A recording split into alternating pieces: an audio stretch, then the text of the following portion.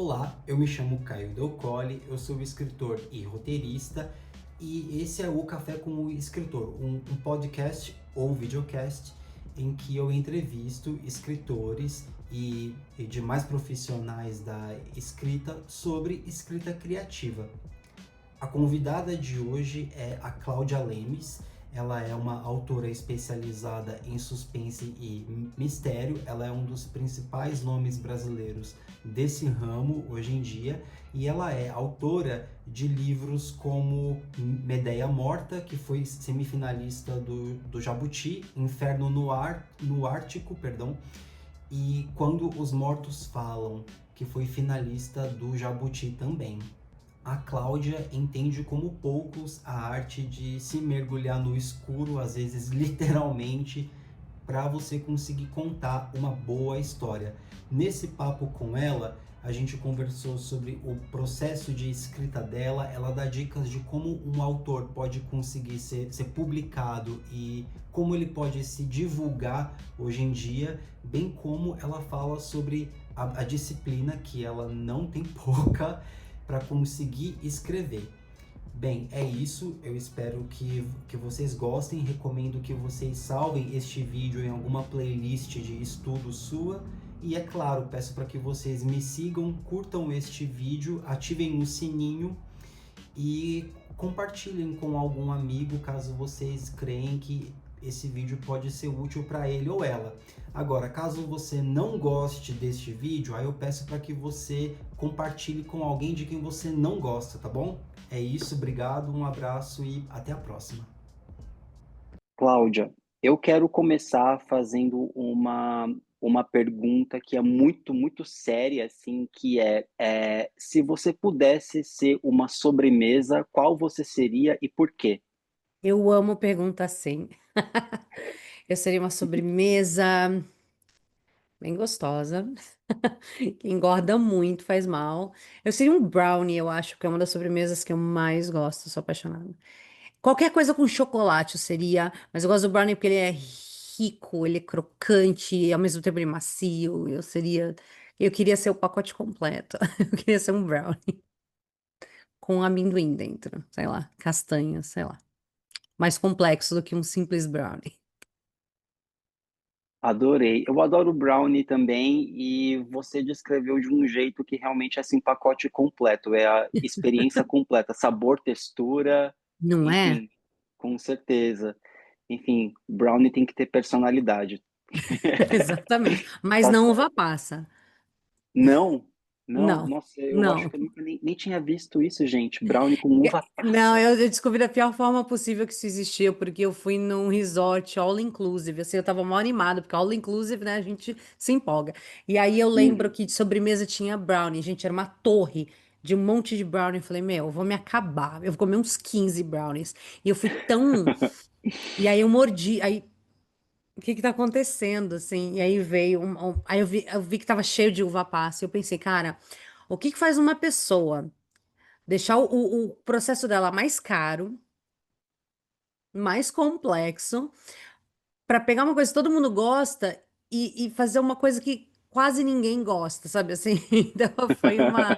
Falei, não teve lógica nesse processo. Eu fiquei tão revoltada. E todas as noites que eu ia jantar, o Brownie tava lá. Eu falava, meu Hum, Deus, a pessoa que fez isso devia ser presa, mas enfim.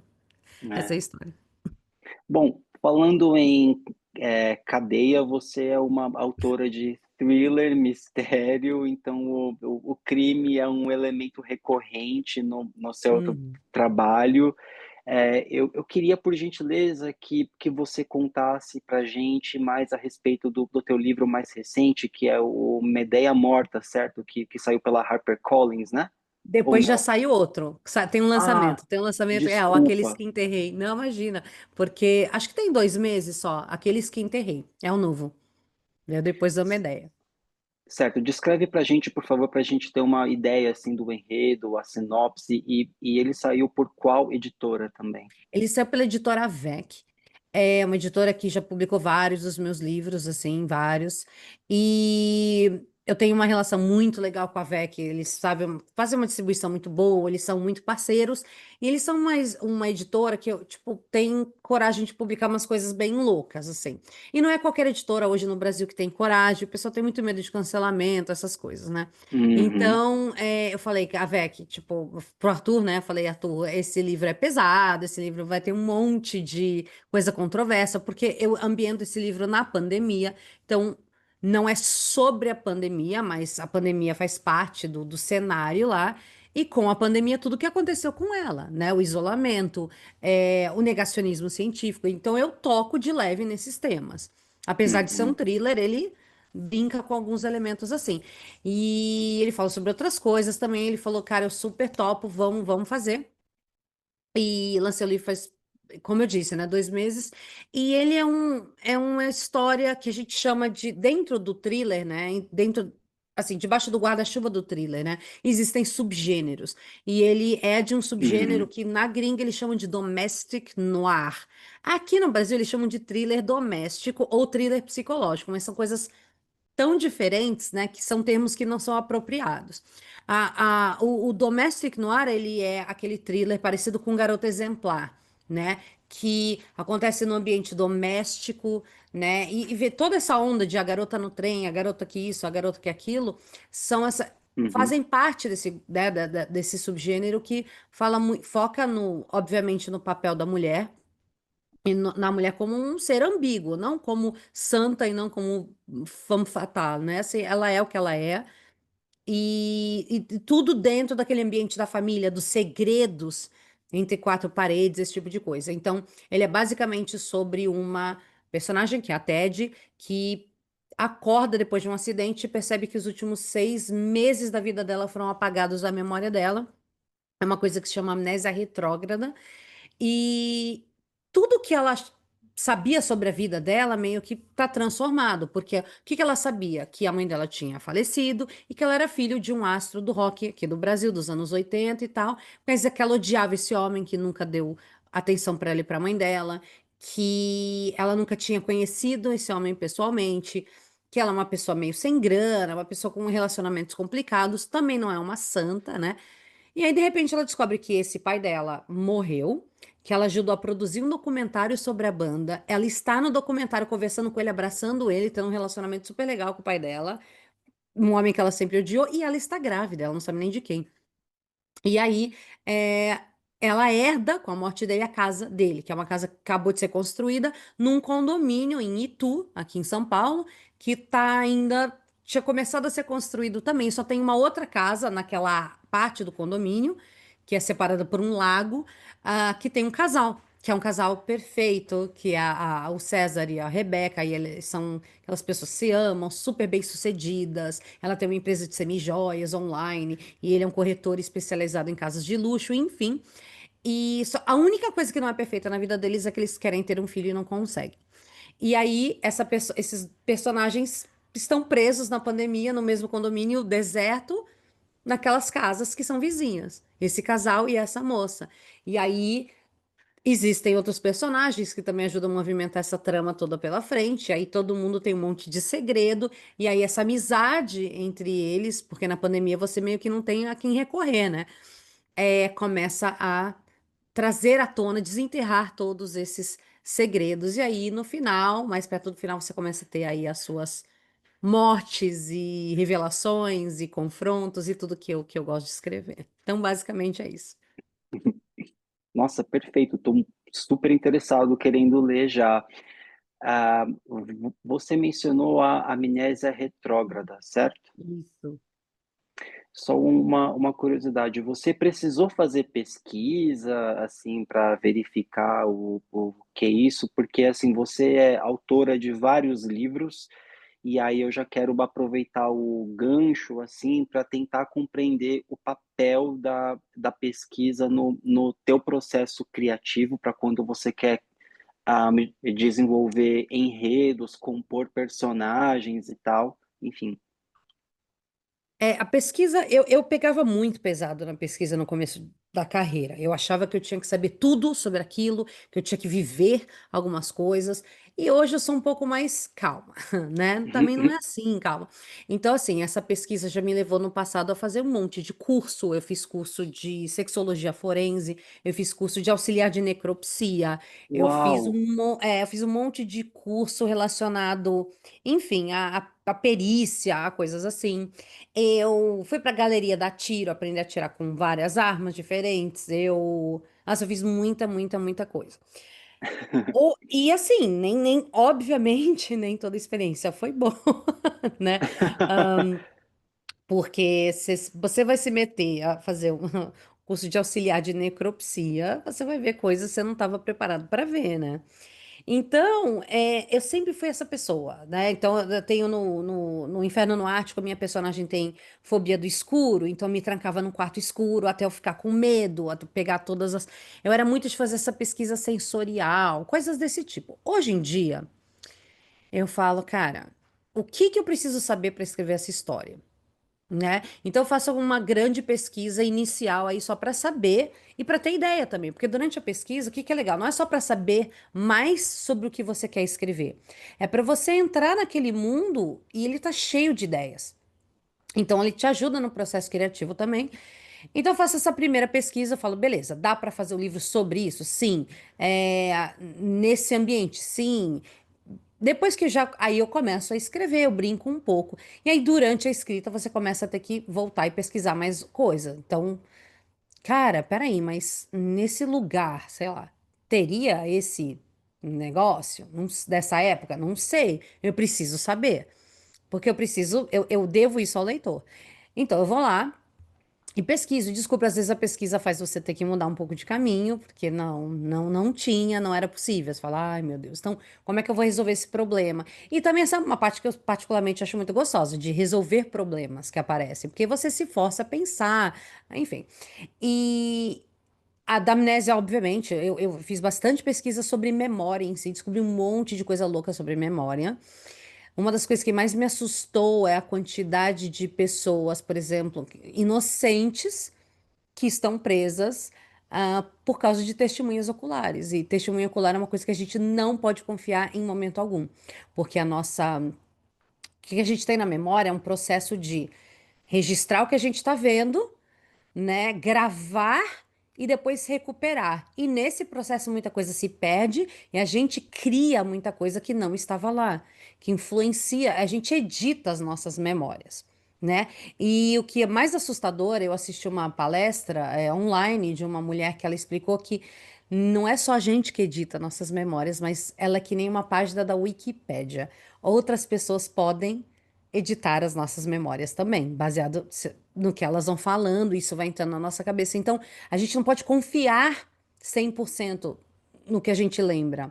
Tudo é editado para caber na nossa narrativa, né? Então, eles fizeram algumas experiências em relação a isso. Fizeram experiências, tipo assim, mostrando a rua, mostrando, tirando fotos, não sei o quê. E aí a pessoa descrevendo uma coisa que não teria como ser daquele jeito. Falando que viu um cara assim, assim, assado, mas quando você olha a rua, não tem Hum, como você ver ninguém. Então, não que as pessoas fazem isso por mal, mas é inevitável. O nosso processo de memorização e de recuperação das memórias é falho, porque nós somos humanos. Então, existe toda uma organização voltada para isso, para explicar memória, esse tipo de coisa, para tirar essas pessoas que foram presas sem nenhum tipo de indício físico, só pelo testemunho ocular, né? Que às vezes é certo, mas às vezes está errado, enfim. Então é muito complexo. E eu descobri que existem, eu acho que eu até escrevi no livro, acho que 14, talvez até mais, tipos diferentes de amnésia. E é uma coisa que eu não sabia. Então eu fui pesquisar e descobri que você pode deletar traumas grandes, né? Que é o caso da personagem, podem causar esse tipo de amnésia. Você deleta uma parte dos seus pensamentos. Em alguns casos você pode recuperar algumas dessas lembranças, em outros casos você nunca recupera, depende muito do. Enfim, então tem todo no livro uma conversa. Eu tento, obviamente, não colocar toda a pesquisa no livro, porque senão fica chato. É uma obra de ficção, ela tá lá para uhum. entreter, mas você coloca o suficiente só para aquilo ser verossímil, para aquilo fazer sentido. E aí eu coloquei até uma especialista em memória conversando com essa personagem no telefone e falando um pouco sobre esse assunto. E aí eu coloquei o mínimo, né? Não podia colocar muito, mas eu queria ter colocado muito mais, porque essa pesquisa foi bacana. E aí, para esse livro especificamente, foi pouca pesquisa. Eu fiz um pouco de pesquisa sensorial, ou seja, eu terminei de escrever o livro lá em Itu. Eu fiquei quando eu falo spa, parece que é super chique, mas não.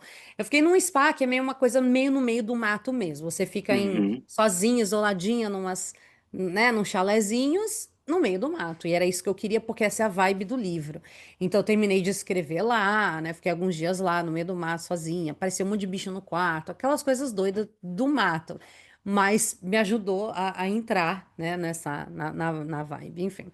Então, Uhum. mas foi pouca pesquisa. E pesquisei o Covid, pesquisei a linha do tempo, né, da pandemia, porque puxando pela memória é uma coisa, quando você volta e vai lá. E eu li um livro, eu editei um livro, na verdade, sobre a pandemia, né, de um amigo meu que é médico, então eu tive muitas conversas com ele, eu tive muito acesso ao que os médicos passaram nessa época. Então essa foi um pouco da pesquisa que eu fiz. Mas em termos de pesquisa, esse foi o livro mais leve, que eu não precisei pesquisar muita coisa.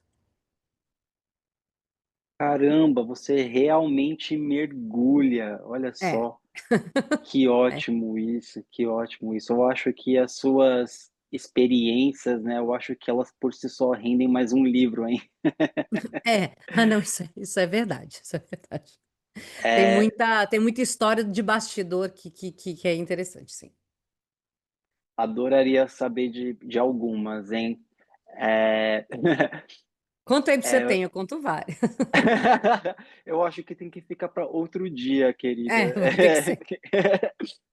Ah, você mencionou algo que se destacou para mim, que acho que resumindo bem, assim, é como essa dinâmica mental da gente, né, o consciente e o inconsciente, condiciona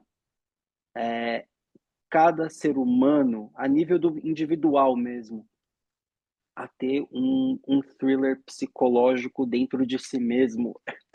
Ops, Com desculpa, deixei certeza. cair o microfone. Com certeza. Com certeza. Ok, arrumei agora. Desculpa, gente. Imagina. E Cláudia. É, bom, eu te perguntei a respeito de fazer pesquisa, porque eu mesmo estava fazendo pesquisa para o meu romance, que também é um thriller, mistério, tem crime nele. E quando eu peguei as ideias e comparei com o que a entrevista com a especialista que eu fiz, de que eu entrevistei disse, as minhas ideias se desmoronaram, assim. Nossa, isso acontece. Foi muito frustrante, porque eu tive que repensar muitos aspectos. Aí eu fiquei pensando, poxa, como será que a Cláudia trabalha com isso? Porque, assim, ela pesquisa antes e compõe o enredo depois, ou ela já pega o enredo e tenta articular, assim, alguma coisa, e aí faz a pesquisa para fazer uma triagem, digamos assim, de quais ideias ficam, quais não ficam, quais que têm que ser alteradas. Como é isso? Então, não, eu penso primeiro na história que eu quero contar. E geralmente ela começa com um personagem, né? Uhum, Ou alguma ideia, tipo, cara, e se tal coisa acontecesse? Pronto. E aí eu não começo a escrever imediatamente, eu deixo ela rodar em segundo plano por muito tempo, muito tempo, às vezes até meses, antes de começar a escrever. Eu vou tocando a minha vida, fazendo minhas outras coisas, mas ela tá aqui. E eu tô brincando com ela, tô vendo as possibilidades. Se eu juntar isso com isso, o que que sai e tal? E aí a coisa vai se formando. Então, assim, tá. Então tem essa pessoa, mas aí eu preciso também. Qual seria o vilão dessa história? Né? Tá, e aí eu vou pensando, e qual que é a dinâmica entre eles, e que motiva essas pessoas, e Vou pensando em tudo isso. O que eu quero na história? Quais são os eventos que eu quero que aconteça? Quando eu imagino essa história, eu imagino que tipo de coisa acontecendo que seria interessante, gostoso de escrever, ou provocativo, quais temas eu quero trazer para isso. Eu vou pensando em tudo. E aí uma coisa que era antes só ossos, né, vai virando, aí vai ganhando músculo, aí vai ganhando os órgãos, vai ganhando a pele, depois vai ganhando cabelo, depois sabe, todos os elementos. Aí eu começo a enfeitar, colocar o brinquinho aqui, a maquiagem ali, a roupa ali. Então quando eu sinto que eu tenho, tá, eu já tenho uma ideia robusta. Eu sei o que vai acontecer no começo, o que vai acontecer no meio, o que vai acontecer no fim. Às vezes eu não enxergo o fim, né? Eu falo, putz, eu vou ter que começar a escrever para sentir antes, e quando eu chegar no meio, aí eu vou saber qual é o final da história. E eu não preciso ter o fim para começar. Eu sei que tem muitos autores, principalmente desse gênero, que precisam saber do final, que trabalham de trás para frente. Eu não consigo, porque se eu não conheço ainda os personagens, eu não posso ter certeza que eles vão fazer isso ou aquilo. Eu sei que parece esquisito, porque em teoria eu controlo, mas quando você começa a escrever, eles ficam muito vivos, é impressionante, eles realmente vivem. E aí você percebe que não, essa pessoa jamais faria isso. E agora? Entendeu? Então, assim, Uhum. precisa também colocar a mão na massa, mas primeiro eu tenho uma ideia. Quando eu tenho uma ideia, eu falo, tá, então o que que eu preciso saber para escrever essa história? Aí vem a parte da pesquisa, mas eu não começo pesquisando porque eu tenho muito medo também dessa pesquisa jogar muita água fria, assim, sabe, nos Uhum. meus planos. Então, aí eu vou lá falar, preciso entender sobre. Então vamos falar, por exemplo, sobre uma ideia morta. Eu preciso ter uma noção de como a polícia funciona e investiga crimes no Brasil. Como eu já tenho esse background, porque eu já escrevi muito livro sobre o assunto, eu fiz pesquisa, tenho meus amigos que são policiais e delegados, então, beleza. Então isso eu tenho. O basicão disso eu já sei. Eu já posso começar com o que eu sei. Então não é uma pesquisa que eu preciso fazer. Mas eu preciso saber.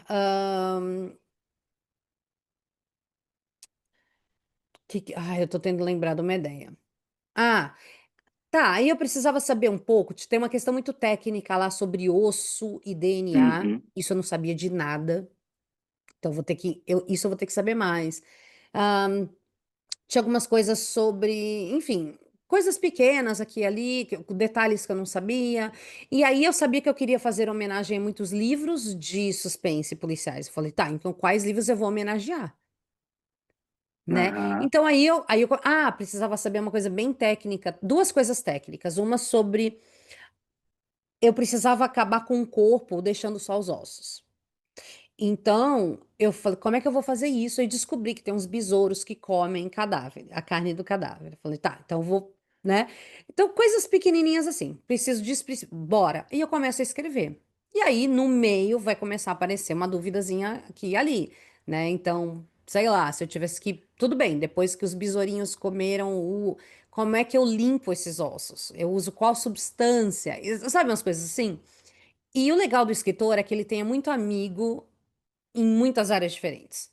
Então eu tenho assim, e quando eu falo amigo, é aquela pessoa que você pode a qualquer momento do dia mandar um áudio falando, cara, como é que eu mato uma pessoa fazendo isso, nesse espaço de tempo e com esses recursos?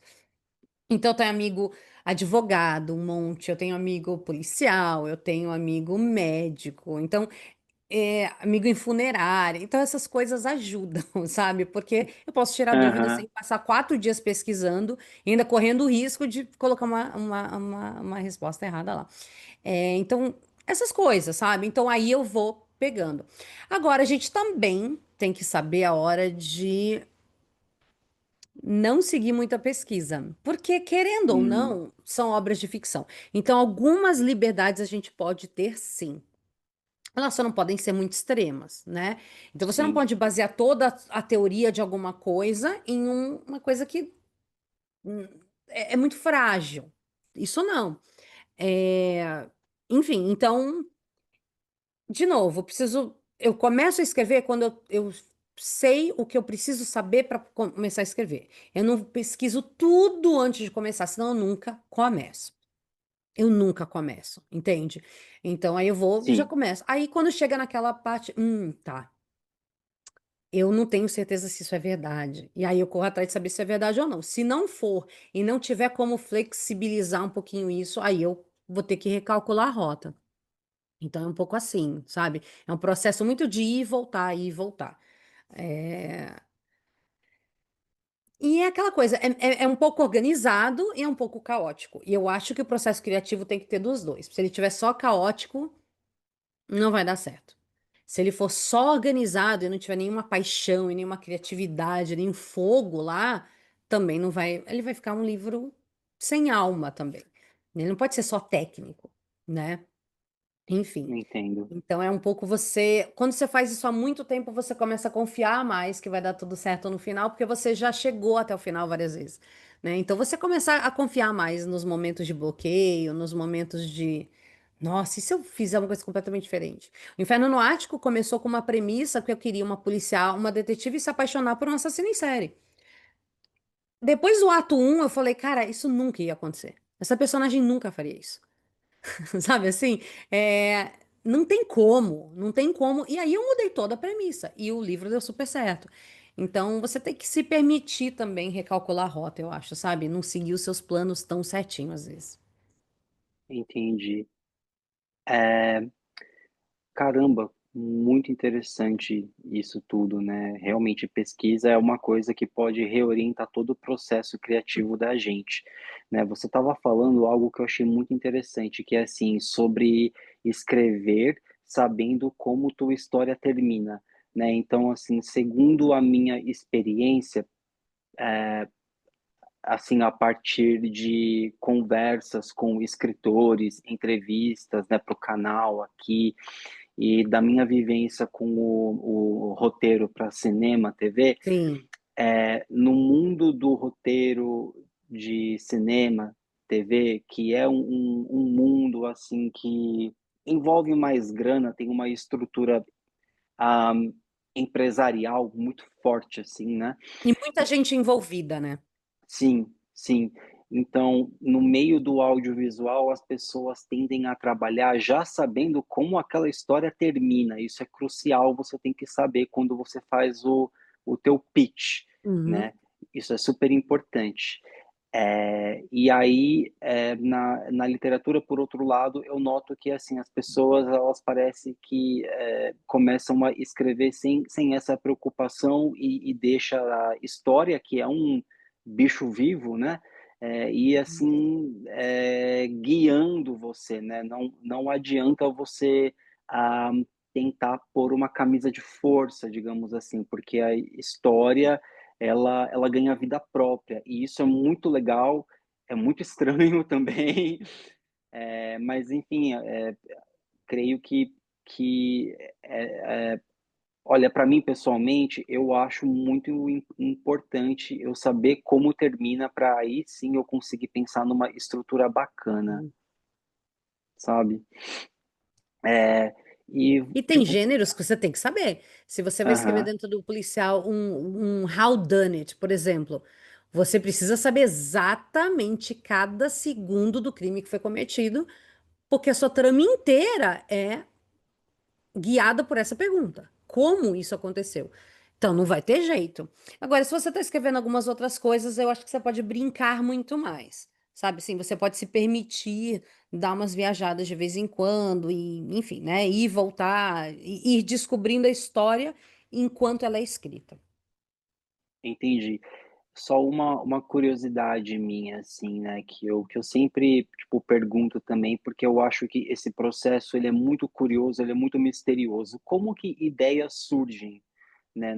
Na minha experiência, né, assim, eu noto que as ideias, elas surgem na minha cabeça de um jeito espontâneo, Isso, elas chegam meio que por qualquer porta, pode ser pela porta de um assim personagem ou assim sim, de uma cena, de uma situação, e muitas vezes as ideias ah,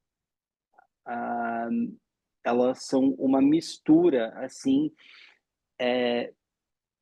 de coisas que nos inspiram, que a gente pode ver no cinema, nas séries, nos livros que a gente lê, nas coisas que a gente vê no noticiário, em coisas que a gente fica sabendo por meio dos nossos amigos e tal, coisas assim, parece que é um,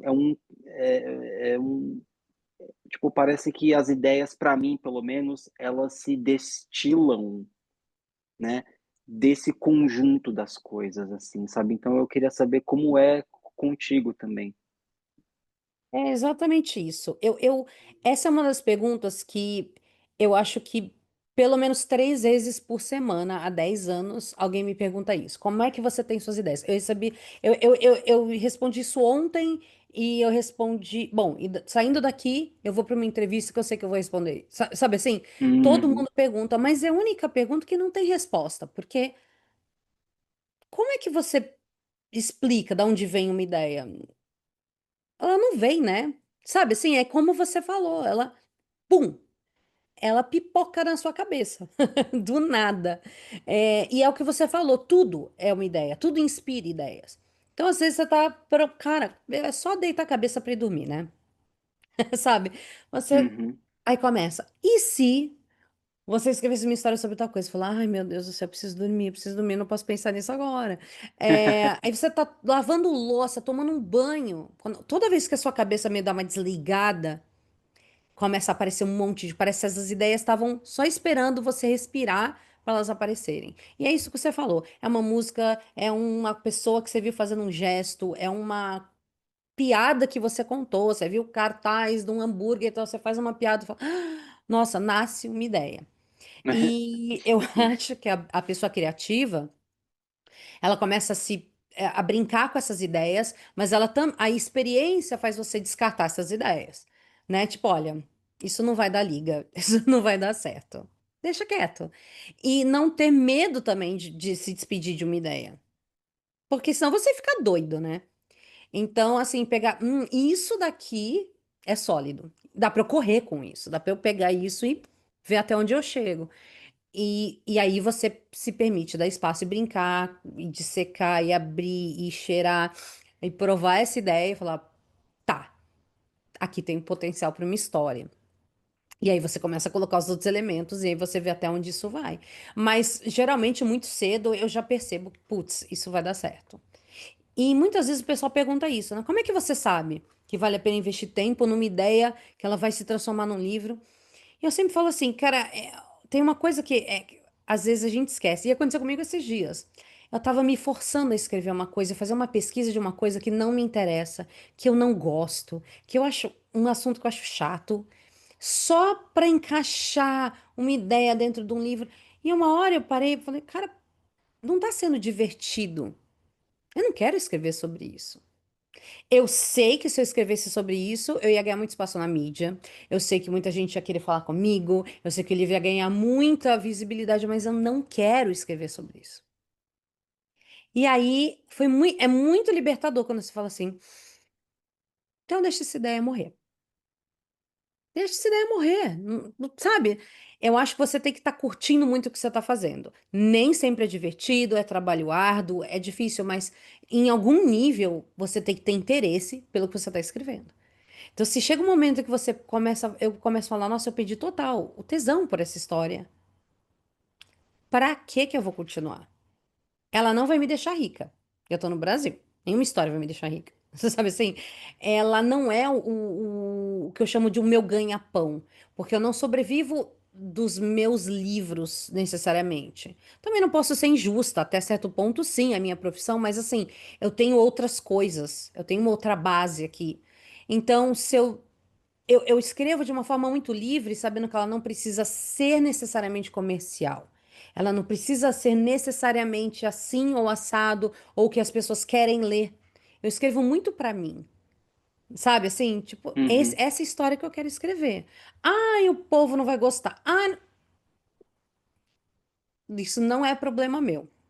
E eu sinto, e eu uhum, aprendi, que quando você escreve assim, desse jeito um pouco mais puro, um pouco mais brincalhão, um pouco mais seu, você encontra seu público. Não tem jeito, porque as pessoas detectam o que é autêntico e o que não é, né? Não sei se você já viu, tipo, teve essa experiência de olhar a rede social de alguém e falar, nossa, isso tá tão forçado. Essa pessoa não é assim. Dá pra ver que a pessoa não tá sendo autêntica, que ela tá criando uma persona e tudo bem, não é que eu sou contra isso, a gente tem que fazer o que a gente tem que fazer pra sobreviver, mas tô falando, não é quem eu sou na literatura. Eu não preciso ser assim no que eu escrevo. Então, eu também acho que isso me ajuda também a descartar as ideias sem peso na consciência. Tipo, isso não vai rolar. Eu prefiro escrever sobre tal coisa.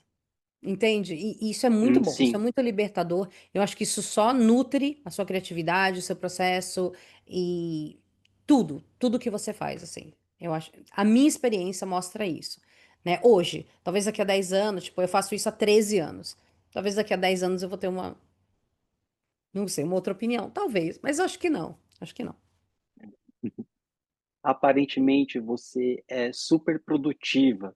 Eu queria saber se sim, você realmente é, se faz sentido isso e como que tua rotina é, porque tem essa questão assim de rotina que é o calcanhar de Aquiles para muitos de nós, é essa questão É. assim de conseguir parar para escrever quando você está sendo pressionado pelo teu trabalho que te traz uma renda, quando o chão está precisando ser varrido, quando você tem que preparar comida para a semana, estudar, É, porque é super importante. eu acho assim, a gente tem que, eu acho que aquela coisa conheça-te a ti mesmo, sabe assim, é muito verdadeira. Eu sou uma pessoa que eu preciso de rotina. Eu sem rotina, eu não. Eu fico estagnada. Eu sou que nem um tubarão. Tipo, se eu paro de nadar, eu afundo e eu morro. Então, eu tô sempre, sabe? Então, além de ter mil coisas pra fazer, o que eu gosto particularmente, eu preciso ter rotina. Então, eu tenho uma agenda física, ela é do tamanho de um caderno. Ela é gigante. Ela é desse tamanho. E eu anoto tudo. Eu anoto, você precisa tomar remédio de manhã, que eu tenho um problema de tireoide, eu preciso tomar meu remédio de manhã. Se eu não escrevo, eu não tomo, eu não lembro. Eu preciso preparar tal coisa, eu preciso fazer tal coisa, responder tal e-mail. Eu tenho reunião nesse horário, depois eu tenho que fazer tal coisa, depois eu tenho que outra reunião, e depois eu sou assim com tudo e eu vou riscando. A minha dopamina é essa, né? É ir riscando os itens. Fiz. No final do dia, ter a sensação de que eu fiz um monte de coisa sabe, me dá, eu não consigo explicar, é muito boa pra mim.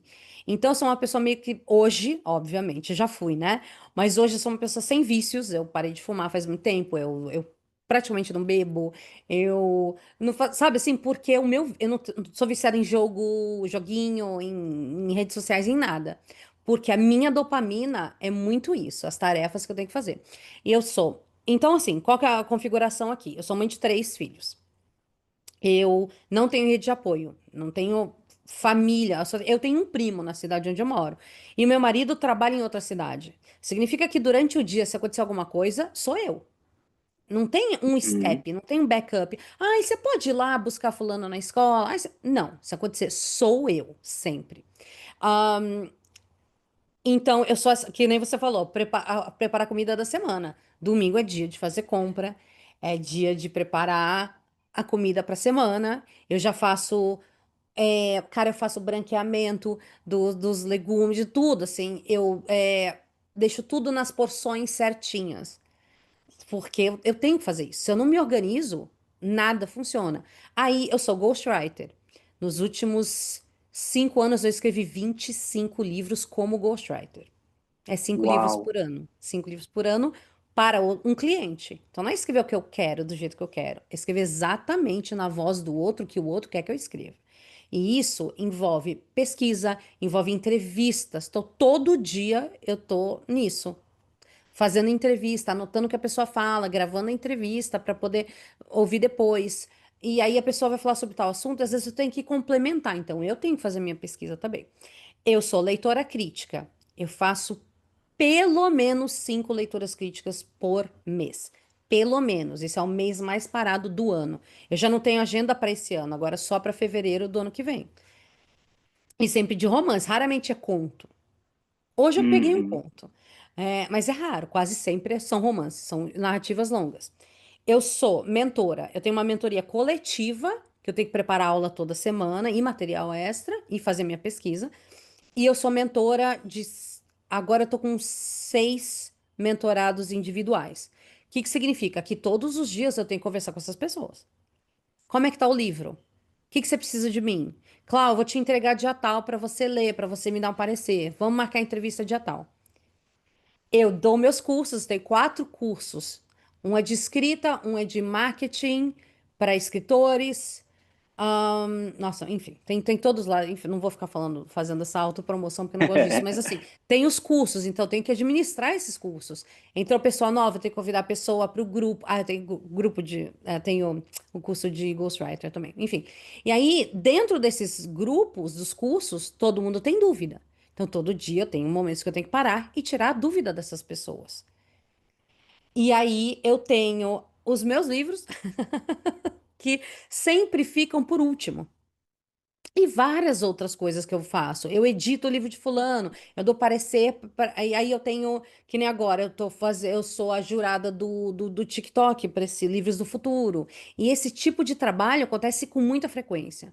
E aí, tipo, em agosto eu viajei 2 vezes a trabalho para dar palestra. Então, gente, é muita coisa mesmo, não é exagero. Ai, ninguém é tão ocupado. É, né? E aí tem uniforme de filho, lição de casa de filhos, dá pra prova com o filho, ver se o filho toma banho, ver se o filho escovou o dente, o filho precisa comer.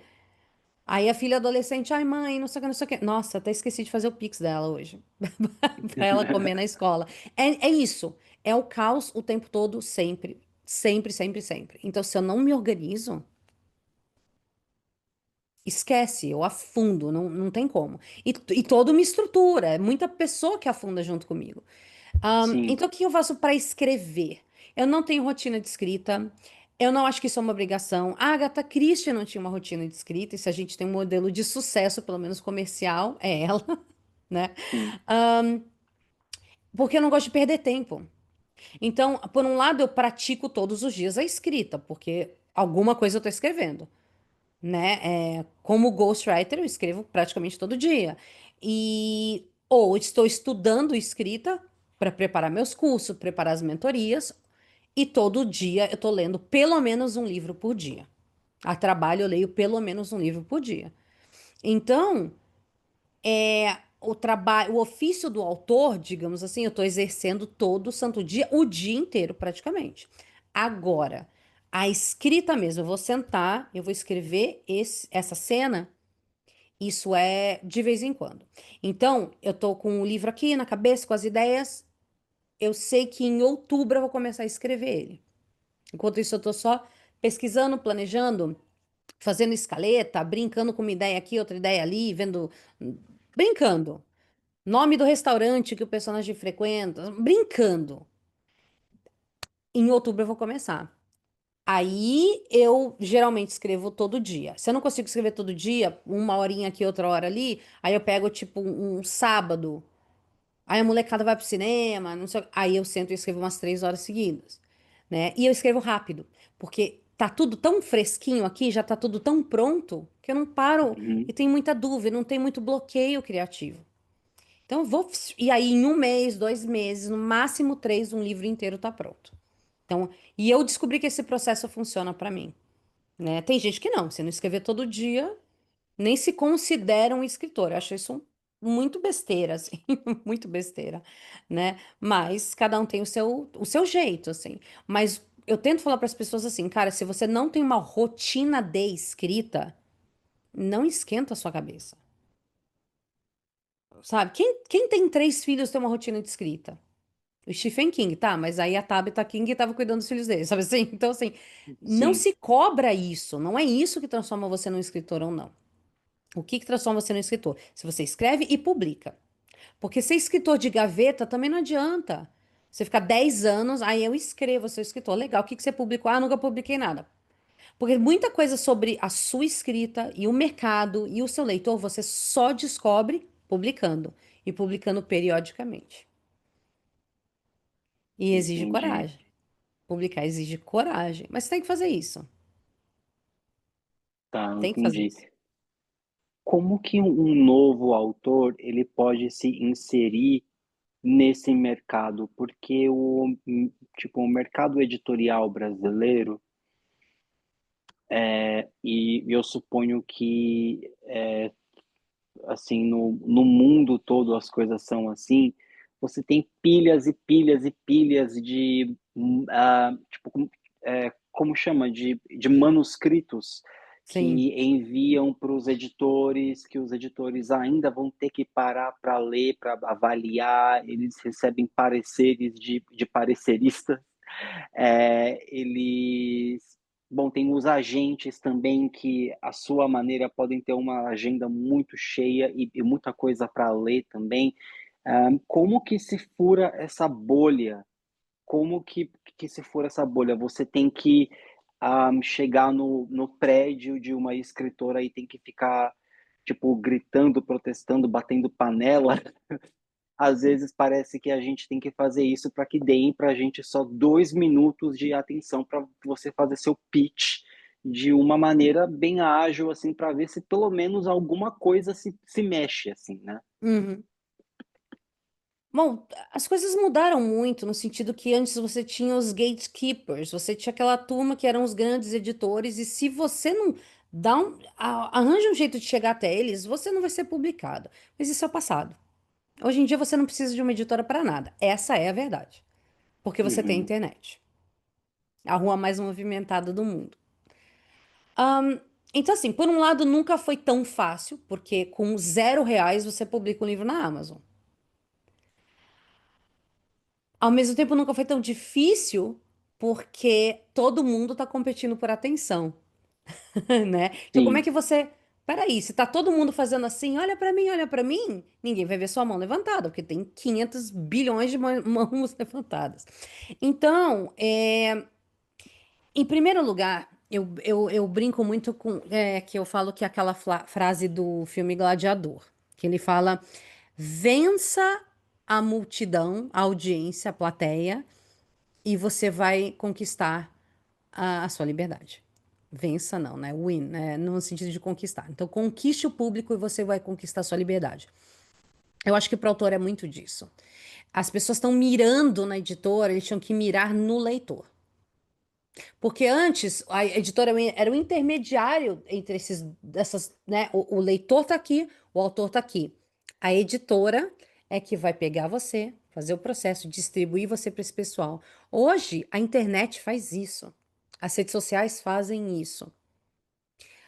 Então, a editora é meio de distribuição é outra coisa, né? Mas eu não sugiro que você fique na sua carreira o tempo todo grilado com a editora. A editora é talvez uma consequência, não é para pensar nela agora. Você tem que pensar no que você pode controlar. O que que você pode controlar? A qualidade do que você escreve. Estudando, lendo, praticando. São três pilares. Sem um deles, acabou. Você não vai ser um bom escritor. Se você não tem um repertório absurdo de leitura, se você não estuda as técnicas, eu falo isso todo santo dia, porque tem gente que ainda acha que é só um processo orgânico de inspiração e não é. Você tem que conhecer técnica e praticar. Porque se você só. Cara, eu conheço tanto escritor que só estuda teoria. Você fala qualquer coisa. Você fala, ai, você já ouviu falar do tropo White Hair, Black Heart? Já. Ele foi dizer, tal dia, não sei o que, blog, tal, não sei o que. E aí, e ele sabe tudo sobre aquilo, na teoria. Mas o que que você escreveu? Nada. Então não adianta também. Então são esses três pilares que fazem um escritor. Então você pode controlar isso. O quanto você escreve, assim, a qualidade do que você escreve. O que que você pode controlar? As suas redes sociais, a sua forma de se comunicar. E é aí que a maioria das pessoas falha, os autores falham porque eles não querem. E eles acham que é uma coisa errada ser marqueteiro. Eles têm razão no sentido de que é cansativo e drena você. Não vou falar que não é. Drena você sim, é cansativo sim. Eu também queria muito um mundo utópico em que o autor só escreveria. Ele não faria mais nada da vida dele, só escrever. Isso não existe mais. Em nenhuma profissão, né? Para escrever o Aqueles que Enterrei, eu fui entrevistar uma corretora de imóveis, porque o meu personagem é corretor de imóveis. Eu queria saber como a pandemia afetou esse business. E ela me contou, eu estava conversando, e ela falou: o problema é que a gente não pode mais só fazer o trabalho de ser corretor. Nós precisamos ter um perfil numa rede social, ficar fazendo vídeo, ficar editando vídeo. E aí eu percebi, cara, não é um problema só nosso, é um problema de Uhum, todo mundo. Então, assim, uhum, também quem somos nós, os alecrins, para. E eu respeito quem não queira fazer isso. Eu não quero estar nas redes sociais. Eu não... Cara, eu super respeito isso. Segue seu caminho de luz. Mas entenda que que assim, haverá consequências. Você está sendo menos visto. Quem não é visto não é lembrado. Então, algumas pessoas chegaram num status de fama e por meio de editoras grandes, como uma Companhia das Letras, enfim, que elas não precisam ter redes sociais. E que bom para elas, mas a maioria dos autores vai precisar ter uma presença. Então você vai precisar essa coisa que a gente faz com a pesquisa do nosso livro, você vai ter que pesquisar marketing digital, cara. Você vai ter que. sim. E eu não tô falando para você ser uma coisa que você não é. Pelo contrário, é aquele lance que eu falei de autenticidade. As pessoas sabem quando você não tá sendo você. É você descobrir assim, o que que te deixa confortável? Sobre o que você gosta de falar? Porque tudo vai começar com o topo de funil, que é o quê? Você conversar com pessoas que gostam da mesma coisa que você. Gente, eu quero falar sobre true crime, eu quero falar sobre assassino em série, eu quero falar sobre perfilamento criminal, eu quero falar sobre a temporada nova do Dexter. É falando sobre isso que as pessoas vão chegar até mim. E eu também gosto disso, Clau. Ah, também quero conversar sobre a nova temporada do Dexter. Ah, eu também vi esse documentário de True Crime na Netflix. Eu adorei. Você viu outro? Não, ainda não vi. Essas conversas vão fazer as pessoas, nossa, saberem quem você é. E aí, a partir daí, você tem conversa sobre o que você escreve, sobre o seu processo de escrita. E aí você começa a funilar. E uma hora você vai converter. Uma hora a pessoa vai falar: Nossa, eu tô curiosa sobre o que você escreveu, eu vou ler um livro seu. E se a pessoa gostar, ela vira uma fã. E o fã é a pessoa que vai nas redes sociais dele falar sobre o seu livro. Então, as oportunidades estão lá. Dá trabalho, é cansativo, o algoritmo não ajuda. Uhum, Você com muitas vezes certeza. vai. Eu não tô numa boa semana, não vou produzir conteúdo, você vai ver que aquela semana que você não postou nada, você vai ser punido por ela. As redes sociais vão te punir por não ter compartilhado nada naquela semana, que às vezes você estava de luto, que às vezes você estava passando por um problema seríssimo, você não postou nada. Na outra semana você meio que tem que começar. Não vou falar que você vai começar do zero, mas você vai ter um engajamento baixo. Mas você tem que se preparar para isso e lidar com isso. E sabe assim? Você se fortalece. Cara, eu preciso estar aqui, eu vou achar o que é confortável para mim. Eu não gosto de aparecer. Então eu vou achar, compensar. Eu vou aprender a editar vídeos super interessantes que nunca aparece a minha cara. Tem perfil assim, não aparece nunca a cara da pessoa. Sim, Entende? Eu sou meio palhaça, eu gosto de falar, eu gosto de postar, eu gosto de fazer vídeo engraçado. Então eu faço isso e dá certo. Eu nunca comprei um seguidor na minha vida. Eu também não tenho 500 mil, eu tenho 8 mil. É muito pouco, mas para um escritor, alcançar isso de forma orgânica no Brasil é bastante. É bom, né? E são pessoas que compram os meus livros, que leem os meus livros. É isso que é importante, porque eu não queria ter 50 mil seguidores e aí eu lanço um livro e eu vendo 30. Então, né, não é sobre fama, não é sobre chamar atenção, é sobre conversar com o seu público. Então, eu acho que depois que você chega nisso, o que acontece? Você já tem o seu público. O que você publica, todo mundo lê. As editoras só vão ver valor em você e prestar atenção em você quando você chegar nesse status. Hoje em dia não tem mais, que nem você estava falando das pilhas, eles não recebem mais exemplares. Hoje em dia só chega lá o agente literário e fala, tá, eu tenho essa pessoa, essa pessoa, essa pessoa, essa pessoa, essa pessoa escreve isso, essa pessoa escreve isso. Ah, sei lá, talvez fulano. Me fala um pouco de fulano. Antes você tinha o slush reader, que era uma pessoa que estava lá só para ficar lendo pilhas e pilhas, que nem você falou. Não existe mais uhum, isso. Pelo menos quase não existe mais isso, não sei. É, as editoras, o que elas querem? Elas querem o produto pronto. Elas não vão investir em transformar você numa pessoa conhecida, a menos que você seja um gênio da escrita. Pode acontecer. Mas a maioria de nós não é, ou até que somos, mas a gente escreve tipo de literatura num país que lê pouco, enfim, né? São muitos obstáculos. Então, o que que eu sugiro? Cara, não espera uma editora para você começar. Começa. Eu comecei assim, eu escrevi uma porcaria de um livro que eu nem revisei, cara. E todo mundo começou a ler, e eu fiquei apavorado. Falei, nossa, mas eu nem revisei, porque eu pensei que ninguém fosse ler. E daí? Mas aí uma editora gostou, aí a editora correu atrás, a editora republicou, e aí outra editora gostou, sabe? E é assim que funciona. Mas você. E aí, sabe o que acontece? Você acha que você tá aqui em cima, e você não. Do nada acontece alguma merda, que nem aconteceu comigo. Eu não vou falar o nome da editora, mas é uma editora gigante que ia publicar o meu livro. E aí teve aquela época que a Saraiva, lembra disso? Que as livrarias pararam de pagar as editoras? Lembro. Putz, a gente vai ter que ficar um ano sem contratar ninguém, pelo menos. E aí? E aí que já era. O que que eu fiz? Publiquei o livro de forma independente, gente. E um monte de gente leu. Entende? Então, assim, você não, você tem que realmente ser o dono da sua carreira. Você não pode depender de editora, depender de agente literário. Eles podem te ajudar, lógico. Mas na maior parte das vezes, eles vão estar representando 50 pessoas. Você vai acabar sendo só mais uma. Tem que ver um pouco isso, estudar as propostas, estudar a reputação daquele profissional. Em todo o meio, gente, tem editora picareta, tem editora que é uma mãe pro autor. Tem agente literário que é maravilhoso, tem agente literário picareta. Tem mentor que não sabe escrever um parágrafo e tá dando mentoria. Tem gente que tá fazendo leitura crítica, mas não sabe nem a diferença de uma primeira pessoa e uma terceira pessoa. No nosso mercado tem de tudo, de tudo, de tudo, de tudo. Então a gente tem que ir com cautela. E eu vejo as pessoas caindo em ciladas porque eles têm o sonho. Eu quero que o meu livro seja adaptado para Netflix. Pé no chão, pé no chão. Um dia você chega lá, legal, mas você começa assim, escrevendo bem, conversando com o público, nem que seja um público de 30.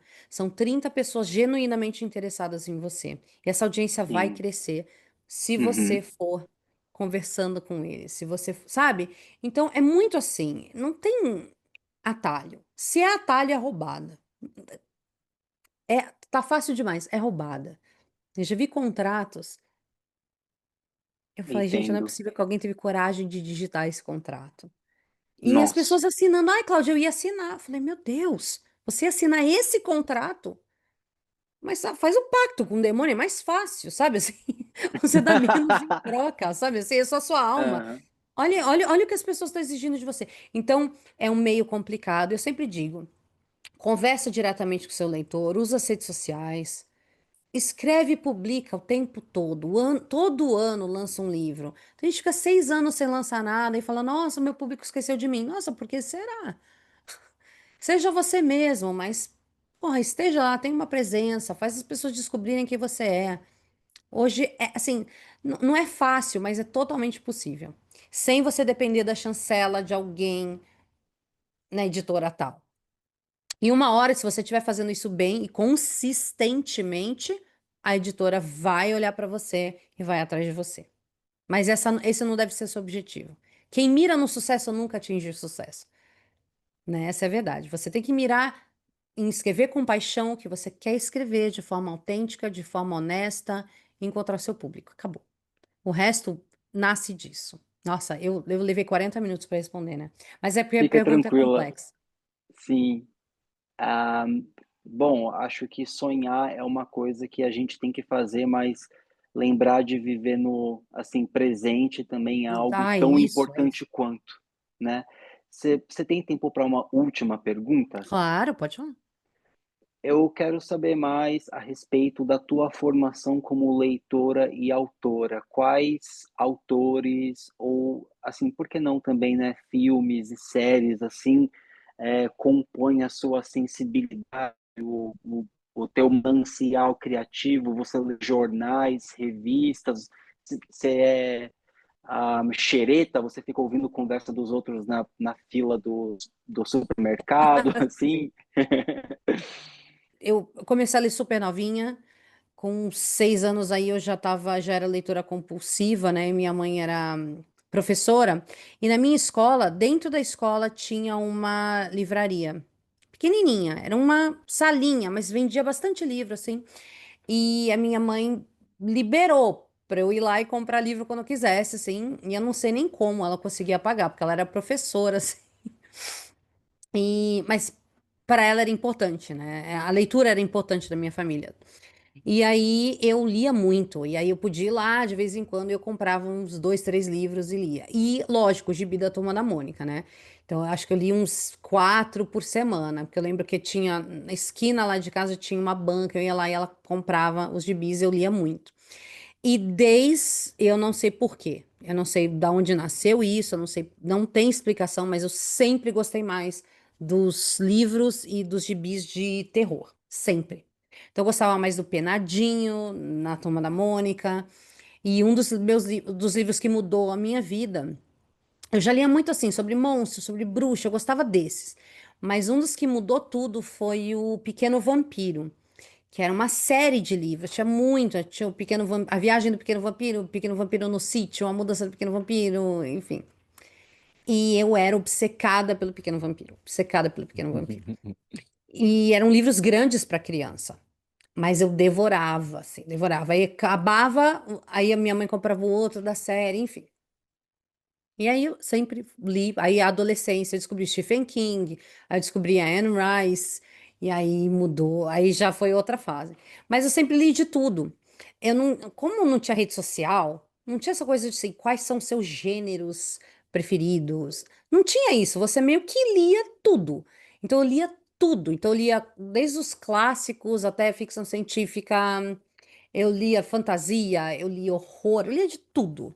Policial, tudo, tudo, tudo que caía no meu colo eu lia. E também sempre fui muito curiosa, então sempre li também muito não ficção, porque, putz, eu quero saber mais sobre, sei lá, filosofia, eu quero saber mais sobre tal coisa, eu lia livros. Então eu lia biografia, sabe, de tudo. Nunca tive nenhum tipo de. Eu só fui pensar nesse tipo de coisa depois eu virei adulta e as pessoas perguntavam, ai, qual que é o seu gênero? Eu falava, gênero? Do que você está falando, né? Para mim, livro era livro. Então, foi muito engraçado que hoje eu, né, trabalho com isso. Hoje eu entendo o quanto eu não sabia sobre o assunto. Mas era uma leitora obcecada. E, então, assim, tudo que eu li moldou muito o meu gosto. Só que eu tenho uma diferença no meu gosto por ler e meu gosto por escrever, porque eu gosto de escrever suspense e policial. Mas eu prefiro ler. De todos os gêneros, eu prefiro horror. O gênero que eu mais gosto, inclusive para filme, enfim, para as mídias no geral, é isso. Mas também gosto de coisas que, tipo, as pessoas não associam a mim. Então, eu gosto muito de faroeste. As pessoas, tipo, nossa, não combina, mas eu adoro. Então, Uhum. assim, sabe, não sou uma pessoa muito de. Eu gosto de consumir de tudo. Então, você vê minha biblioteca, assim, você fala, cara, não faz o menor sentido. Ela é completamente esquizofrênica, assim, sabe? A minha Tem de também. tudo que você imagina.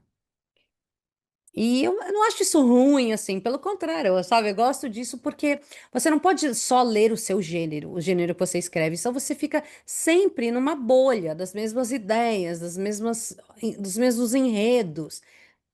Quando você foge disso, pega uma coisa esquisitíssima, aí você aprende. Aí você fala, nossa, olha o que que dá pra fazer diferente e tal. Então, nesse sentido, eu não me podo muito, não. Eu leio de tudo, tem uns livros, tem um gênero mais na gringa do que aqui, que se chama Bizarro, que é bizarro, né? E são os livros mais doidos, que não fazem o menor sentido. Doidos, doidos de tudo, assim. Eu amo ler esse tipo de livro, porque ele me enche de ideia, ele me mostra o quanto a gente consegue ir muito longe, assim, sabe, na literatura. Eu adoro. Enfim, eu gosto de descobrir autor que ninguém nunca ouviu falar.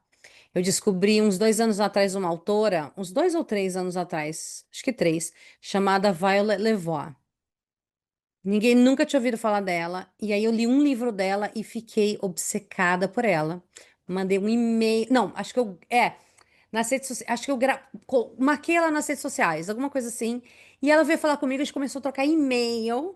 A gente descobriu um monte de coisa em comum. E ela fez um desenho, uma pintura minha pra mim, e me mandou lá dos Estados Unidos, Coisa junto com os livros linda! Meu dela. Deus! Sabe, uma coisa linda, assim. E aí eu comecei a devorar tudo que ela escrevia. Gente, ela é uma. Eu não consigo entender o mundo. ela é uma das melhores escritoras que eu conheço. Só que é difícil. Ela é difícil de ler, é muito densa, ela é muito louca, ela é muito. Cara, ela é um. Sabe, eu poderia comparar com a Clarice, mas não no sentido de escrever o mesmo tipo de coisa, no mesmo estilo, mas da doideira e da genialidade, assim, sabe? E de tanta coisa Uhum. diferente que elas escrevem, mas enfim. Então eu gosto muito disso, descobrir escritor que ninguém nunca ouviu falar, de ler livro que ninguém nunca ouviu falar. Eu amo isso. Aí recentemente também eu descobri o Chuck Tingle. Aí eu li dois livros dele, mas eu li o Bury Your Gaze, que é um livro que eu falo, cara, como é que ninguém trouxe esse livro pro Brasil? Um livro genial, porque ele mistura horror com ficção científica. Cara, é maravilhoso. Então eu gosto muito disso. Eu sou uma leitora, assim, o que cai no meu colo eu leio. E uma pessoa que nem você falou, extremamente curiosa. Então, assim, só esse ano eu fiz curso de culinária, curso de xadrez, curso sobre. Ai, todo mundo vai falar um monte. Ai, como ela é fútil. Eu fiz um curso sobre skincare. Mas no sentido de, como é que era? Era Skin Health, o nome do curso. Era isso. Eu fiz curso de pensamento científico. Eu fiz, cara, tudo que vocês. Eu sou essa pessoa. Tipo, eu tenho 500 mil hobbies. Eu me meto a fazer tudo. E faço tudo mal, né? Tipo assim, eu sou uma jogadora de xadrez medíocre, eu sou uma cozinheira mais ou menos, eu sou uma desenhista mais ou menos, mas eu sei fazer tudo isso.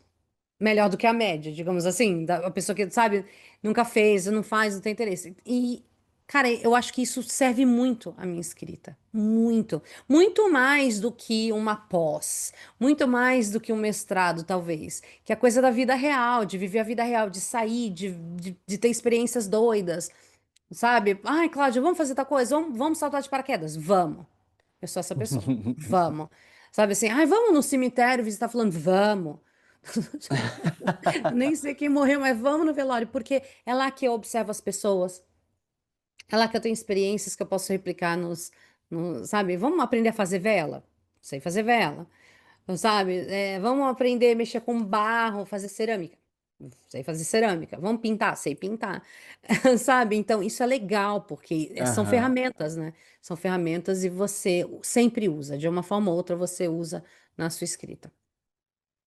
Com certeza. Cláudia, mais uma vez, obrigado pelo seu tempo, pela sua disponibilidade. Nossa conversa foi excelente e eu tenho certeza de que ela vai ser útil para todos que ouvirem ou assistirem ao vídeo. Obrigada, obrigada pelo convite. Adorei. Sei que eu falo muito. Não foi nenhuma conversa, né? Foi um monólogo, mas estamos aí quando você Imagina. precisar. Muito obrigado. Deixa eu Obrigada, querida.